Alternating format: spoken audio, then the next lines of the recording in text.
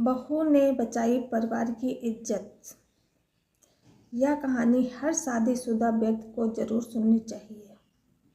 गांव का नाम था रामपुर। वहाँ एक आदमी रहता था, नाम था रामदीन चौधरी।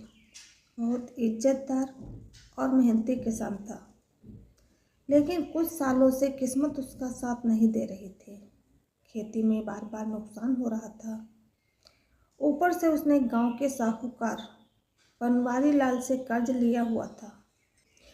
अब हालात ऐसे थे कि घर चलाना भी मुश्किल हो गया था।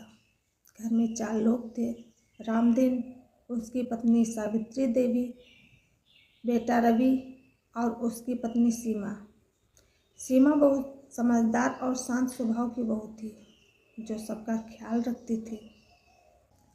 लेकिन अब घर का माहौल भारी था।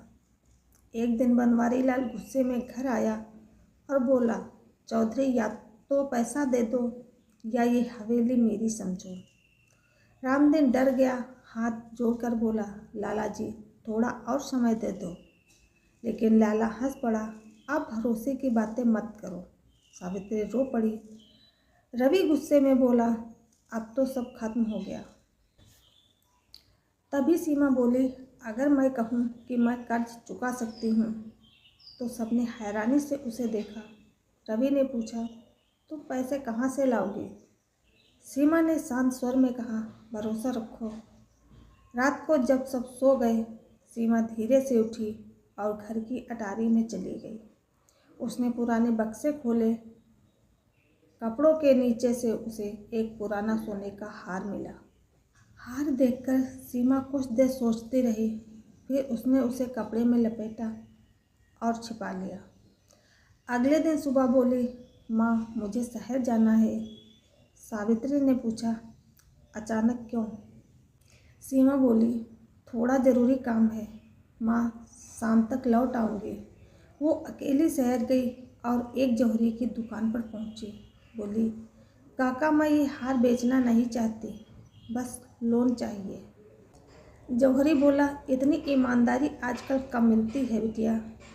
उसने 3 महीने का लोन दे दिया। सीमा पैसे लेकर घर लौटी, पर किसी को कुछ नहीं बताया। घर आकर उसने रवि से कहा, अब खेती शुरू करो। रवि बोला, क्या बोए? सीमा बोली, गेहूँ नहीं, तुलसी, एलोवेरा और अश्वगंधा लगाओ। रवि को हैरानी हुई, फिर भी मान गया। धीरे धीरे खेतों की सूरत बदल गई। हरे भरे पौधों की खुशबू आने लगी। गांव के लोग हंसते, चौधरी की बहू खेत में जड़ी बूटी उगा रही है। पर सीमा को परवाह नहीं थी। 3 महीने बाद एक आयुर्वेदिक कंपनी आई और उसने पूरा माल खरीद लिया। घर में पहली बार खुशी लौटी। 2.5 लाख रुपए मिले। परिवार खुश था, पर किसी को सच पता नहीं था। गांव में बातें उड़ने लगी, वो बहू रातों को कहाँ जाती थी? कहीं कुछ गलत तो नहीं किया? रवि भी सोच में पड़ गया और शक करने लगा। एक रात रवि ने सीमा का पीछा किया। वह फिर अटारी में गई और वही बक्सा खोलने लगी। रवि ने दरवाज़ा खोला।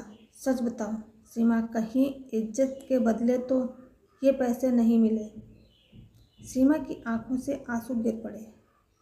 उसने धीरे से हार दिखाया और बोली, यही मेरा राज है। मैंने इसे बेचा नहीं, गिरवी रखा है ताकि आप खेती शुरू कर सकें। अब जब फसल बिक गई है तो कल जाकर इसे छुड़ा लाऊंगी। रवि सन्न रह गया।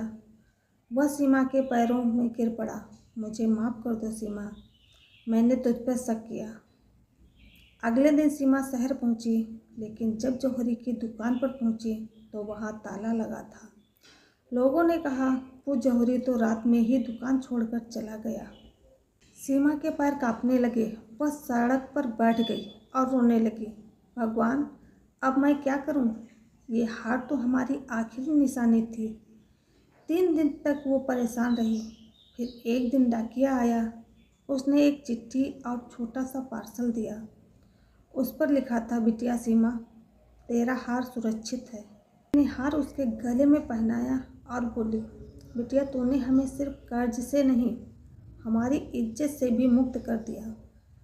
रामदीन ने गर्व से कहा, आज से ये घर की चौधरी नहीं, सीमा चौधरी परिवार कहलाएगा। गांव के लोग बोले, जिस घर में ऐसी बहू हो वहाँ भगवान खुद रहते हैं। आपको ये कहानी कैसी लगी कमेंट करके ज़रूर बताएं। राधे राधे।